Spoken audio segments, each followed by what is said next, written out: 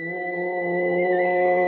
धन निराकार शब्द निराकार सच्चे सतगुरु महाराज की जय।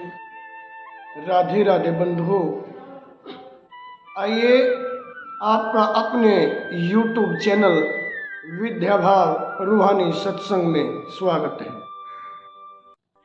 प्रभु से आशा करते हैं कि आप सुखद होंगे और आपके जीवन में प्रभु का आशीर्वाद मिल रहा होगा।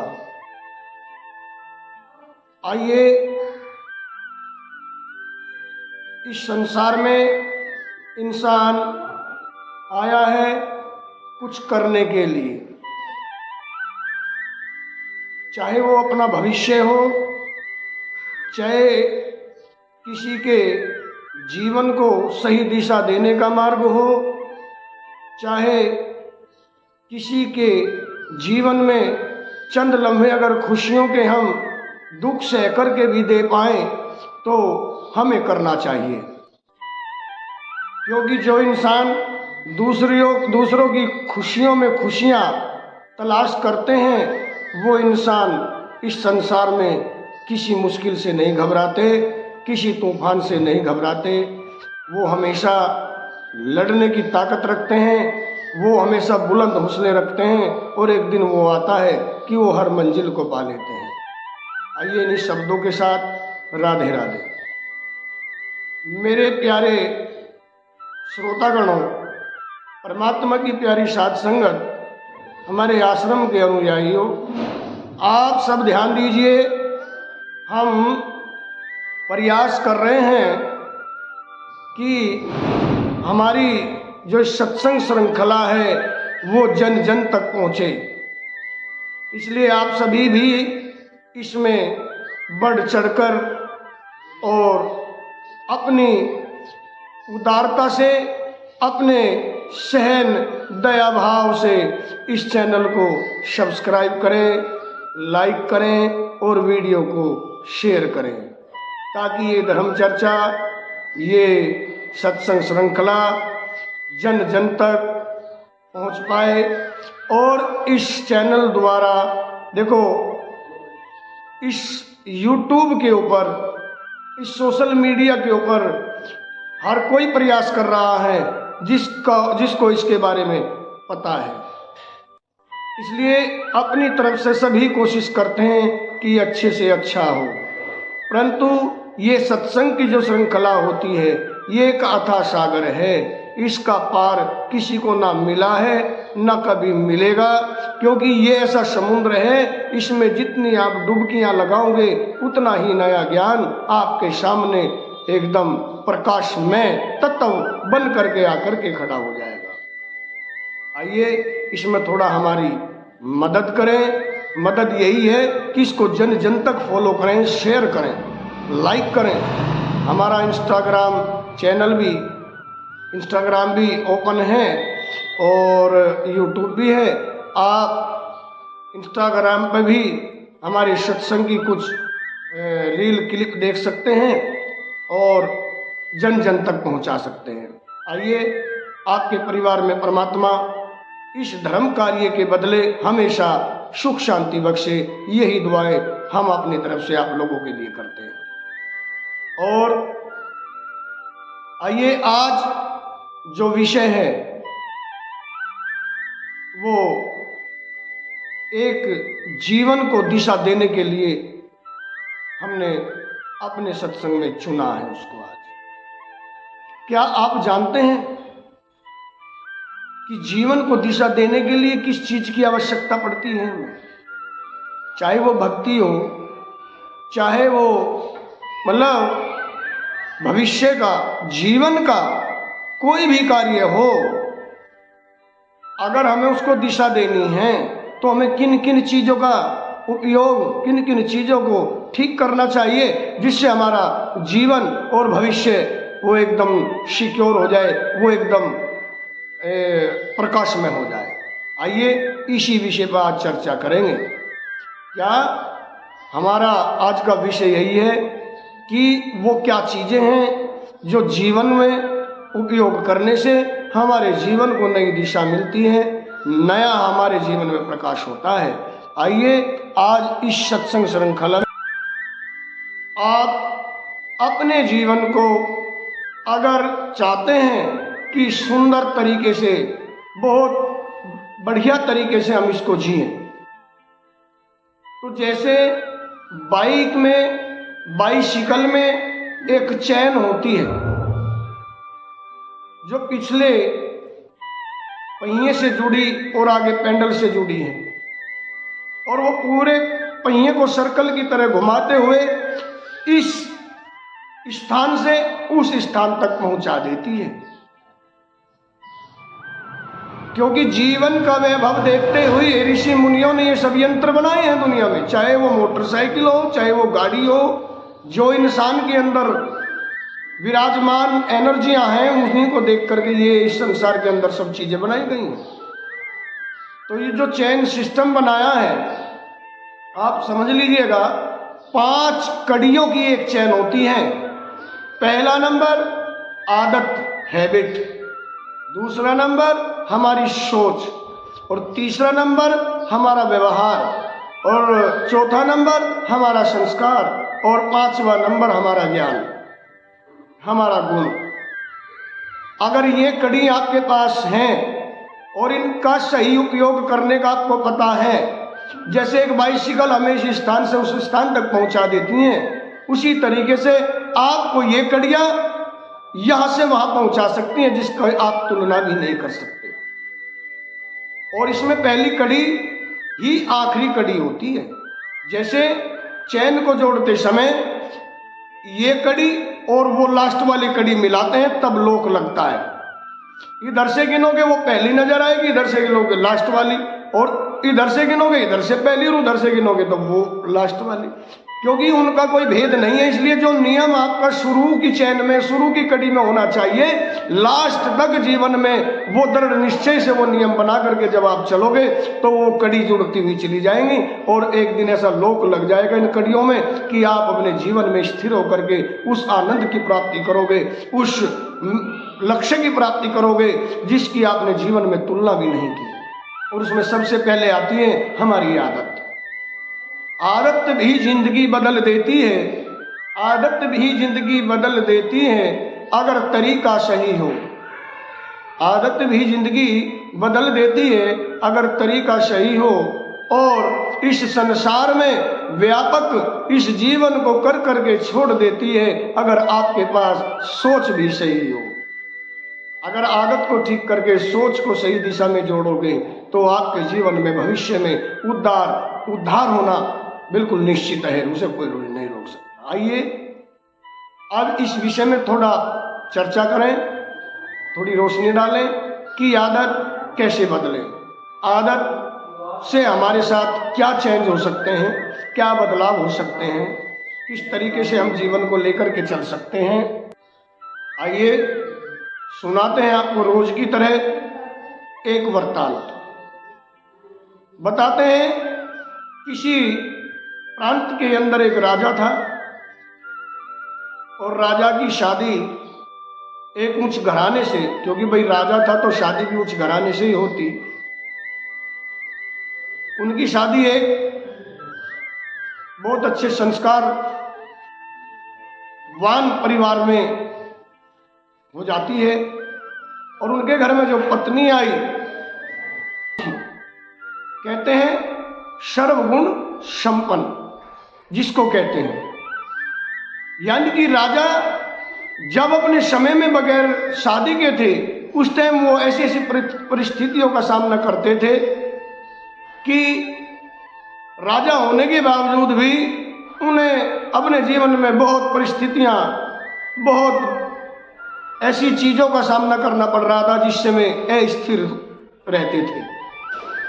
लेकिन अगर आप फूल को किसी कीचड़ के पास भी रख देते हैं तो फूल अपनी खुशबू नहीं छोड़ता और उस बुराई की खुशबू को दबा लेता, बदबू को दबा लेता है। उसी तरह घर में अगर गुणवान पत्नी आपके आ जाए तो आपकी उन बुराइयों को, आपके उन अधर्मी गुणों को भी दबा लेती है जो आपने पूर्व समय में भूत में किए हैं, भूतकाल में किए हैं, पीछे जाने वाले समय में जो आपने किए हैं। और राजा के अंदर कुछ गुण ऐसे ही थे। गुणवान पत्नी आई तो उन्होंने घर को बदल के रख दिया। इसलिए अपनी बेटी को अगर आप अच्छी शिक्षा देंगे, अपनी बेटी को आप अच्छा एजुकेशन देंगे, अपनी जीवन को आप महत्व ना दे के अपनी उस बेटी को भी महत्व देंगे जो दूसरे के कई घरों को रोशन करती है। क्योंकि वो बेटी किसी की जाके माँ बनती है, किसी की मामी बनती है, किसी की वो बुआ बनती है और किसी की दादी और किसी का कुछ, यानी कि बहुत बड़ी परिभाषा हो जाती है। अगर एक एजुकेटेड, एक संस्कारी पत्नी किसी घर में चली जाए तो उनको आने वाली नस्लों में संस्कार और गुण ढूंढने नहीं पड़ेंगे, मोल नहीं लाने पड़ेंगे। इसलिए वो इतनी आदत की अच्छी थी उनकी पत्नी कि अपने मुंह से निवाला निकाल करके दूसरे को देने में वो संकोच नहीं करती थी। धीरे धीरे समय व्यतीत होता चला गया और उनके घर में मतलब पहली बेटी का जन्म हुआ, दूसरी बेटी का जन्म हुआ, तीसरी बेटी का जन्म हुआ, 4 बेटियों को उस माँ ने जन्म दिया।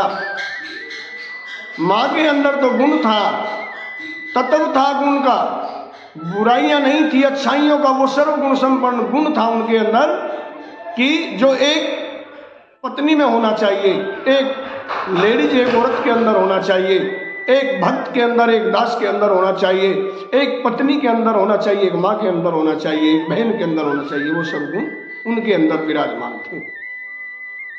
धीरे धीरे समय बढ़ता चला तो बच्चियां जवान होने लगी।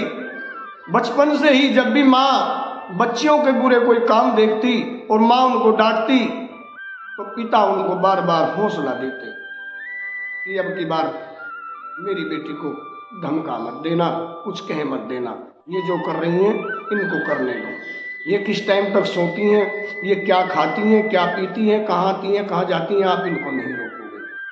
आप कहते हैं नेकी 9 कोस और बदी 100 कोस।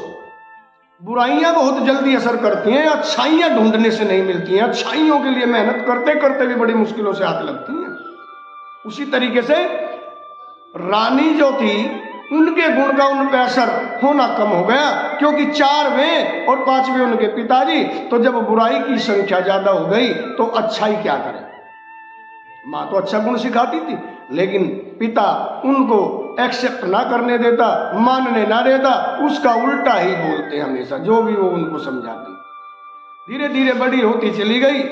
सुबह उठने की दिनचर्या 10 बजे उठ रही, सो कर भगवान की पूजा करनी, आराधना करनी, ना भक्ति करनी, ना अपने बड़ों को प्रणाम नमस्ते कुछ करनी।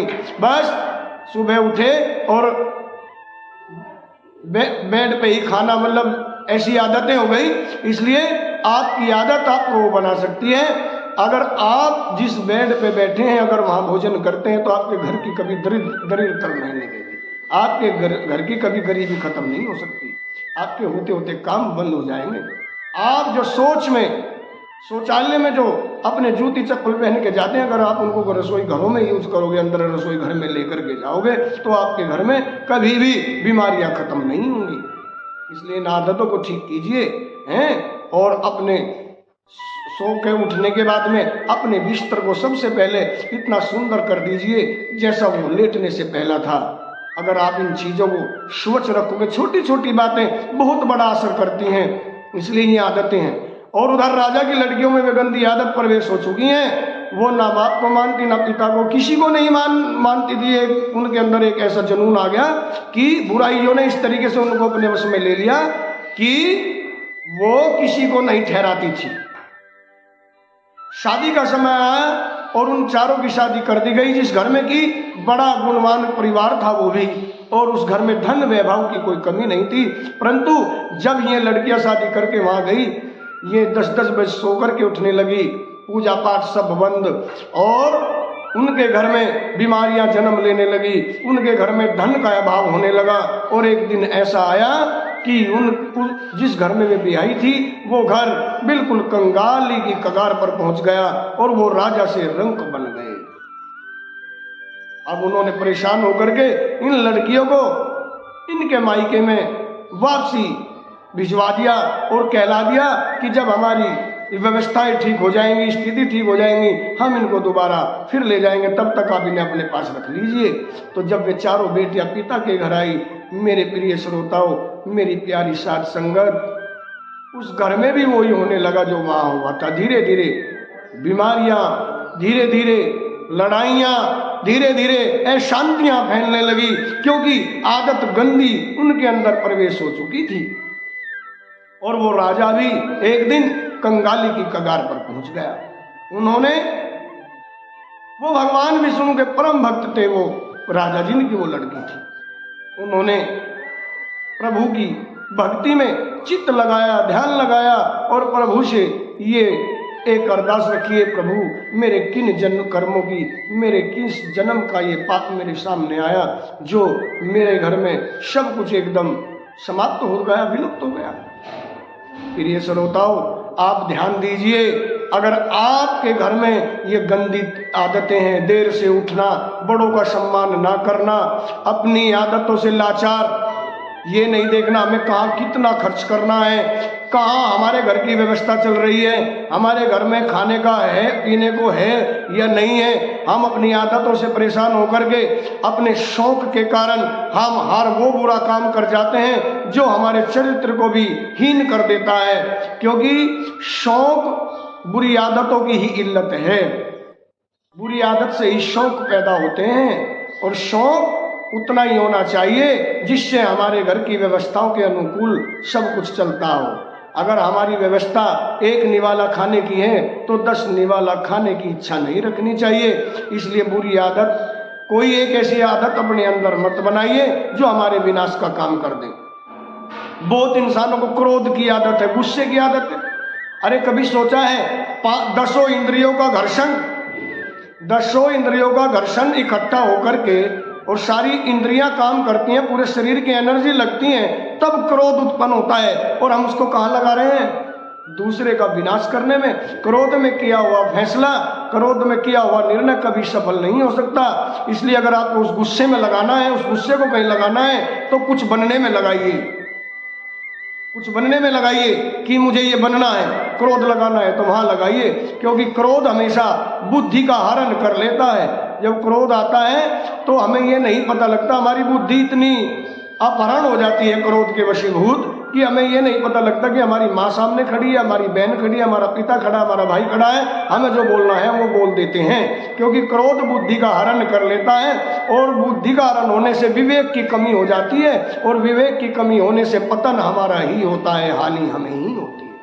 इसलिए गंदी आदतों को आप त्याग दीजिए। अब राजा के घर में सेम टू सेम वही कारण हो रहा है, बेटियों में आदत पक चुकी है। आज किसी महात्मा ने आते हुए उस दरबार में राजा को परेशान देखा और राजा से पूछ बैठा, क्या बात है राजन, क्या परेशानी है? तो महाराज ने अपनी सारी परिस्थिति बताई। मेरा ये क्या कारण है कि मेरे घर में एकदम से सब विलुप्त हो गया, हर इंसान बीमारियों से घिर गया, हर जो मेरा अपना था वो दूर हो गया, और जिस घर में मैंने अपनी बेटियों की शादी की वो घर बर्बाद हो गया। महाराज, ऐसी क्या समस्या है? तो महाराज ने उन लड़कियों को सामने बुलवाया और उन्होंने उनका जो आते ही तरीका देखा, ना राम राम, ना नमस्ते, ना प्रणाम, ना दुख सुख, ना कुछ बूझा ही नहीं महाराज से। जैसे स्वामी खड़े थे सामने, उनका क्रम तो आते प्रणाम का था, नमस्ते का था। इसलिए अपने छोटे बच्चे की बचपन से आदत खराब करने में सहयोग मत कीजिए, क्योंकि माँ कभी अनहित नहीं चाहती अपने बच्चे का। इसलिए माँ बच्चे को डांट रही है तो पिता का भी कर्तव्य है कि वो थोड़ा उसमें सहयोग करें।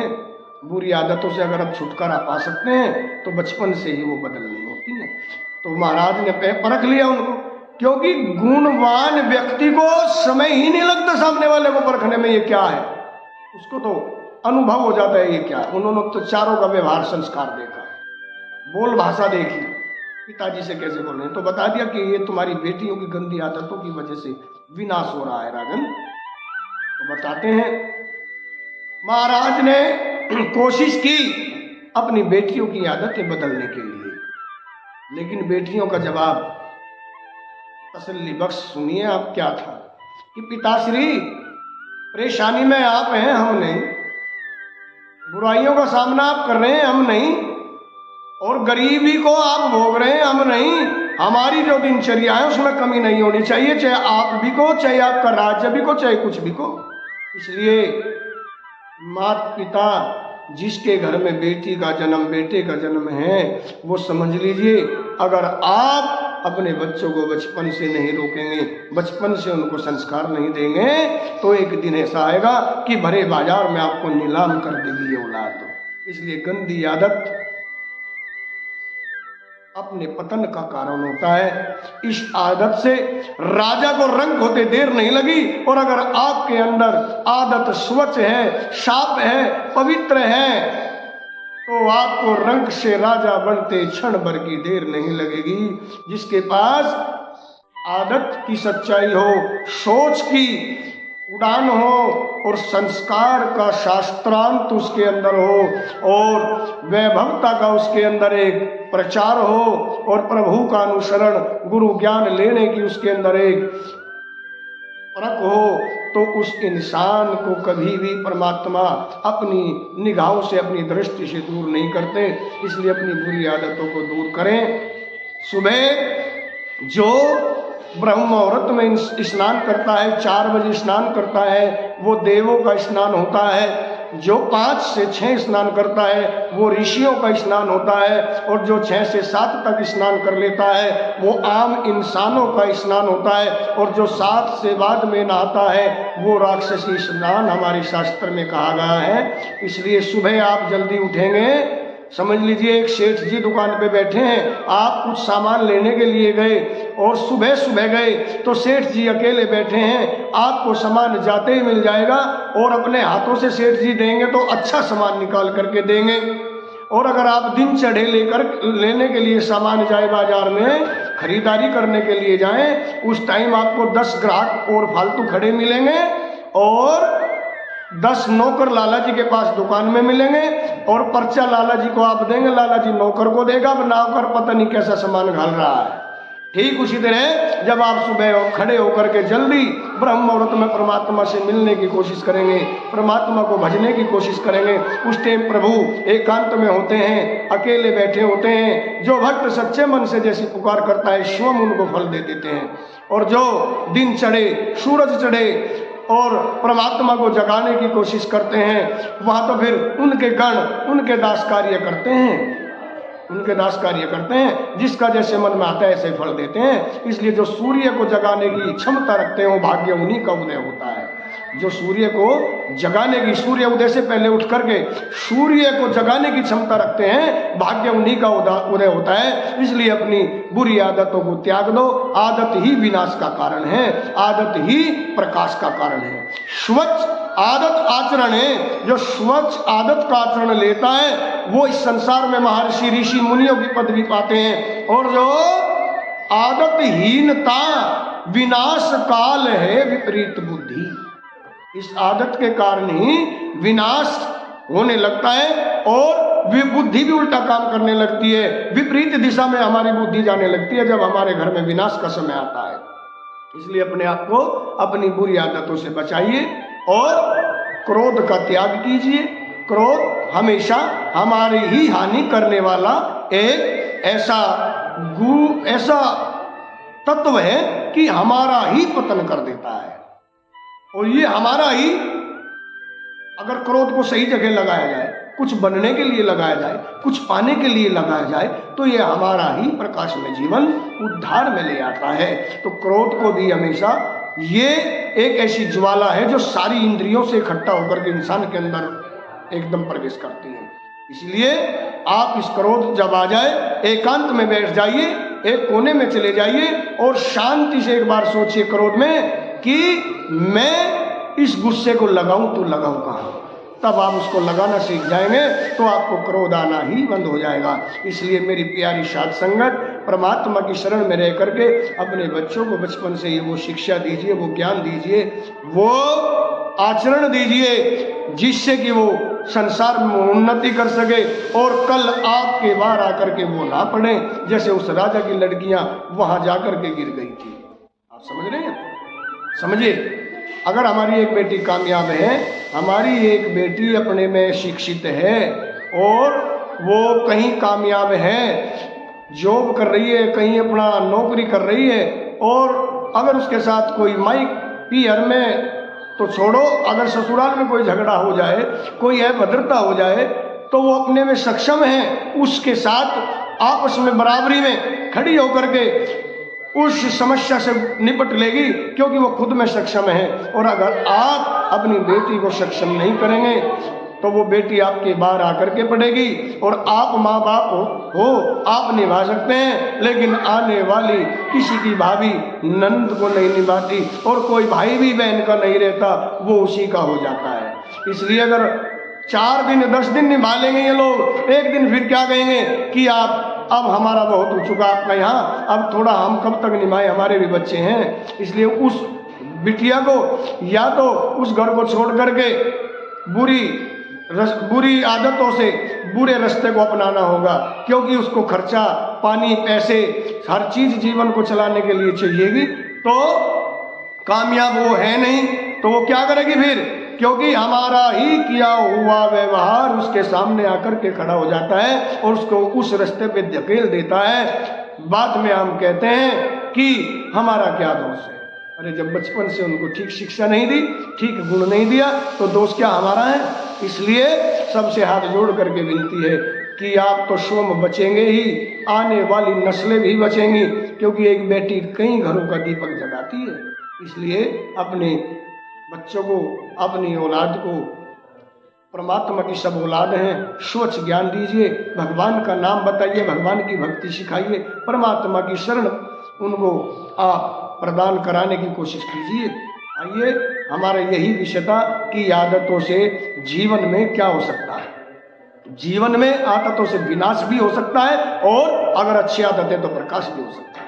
आइए, हमारा सत्संग अच्छा लगे तो इसको चैनल को सब्सक्राइब करें, विद्या भाव चैनल को सब्सक्राइब करें, और वीडियो को लाइक करें और शेयर करें, और बोलिए राधे राधे। धन निराकार, शब्द निराकार, सच्चे सतगुरु महाराज की जय। आइए, जाते जाते एक छोटा सा भजन, क्योंकि ये इंसान जब इस दुनिया से तू जाएगा, तेरा किया ही तेरे साथ जाएगा। एक दिन इन सब से रिश्ता तोड़ करके चलेगा। इस सृष्टि को चलाने वाला जो पिता, वो भी अकेला है, और घर में एक पिता भी अकेला है जो सारे परिवार की जिम्मेदारी थामे हैं। पिता और माता के विषय का सत्संग हम अगली वीडियो में आपको जरूर सुनाएंगे। तब तक एक छोटा सा आपको भजन आइए सुनिए। सबसे रिश्ता तोड़ चला जा प्राणी ना, जीते जी तने हरि की माया जानी होना, जीते जी तने हरि की माया जानी। भूल भरम में भूल बिसरे क्या प्यारे ना, हर का नाम नित भजता है प्यारे।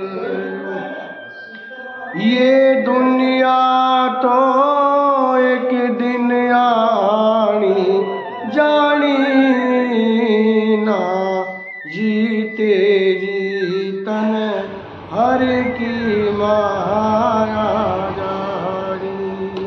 सब तेरी सीता तोड़ चला जा प्राणी ना, जीते जीतन हर की माया जानी। पल पल पाप करता मन पापी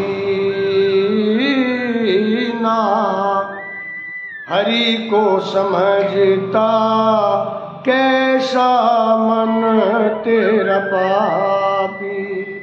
एक दिन तेरी मिट जागी जिंदगानी ना, जीते जीतन हर की माया जानी।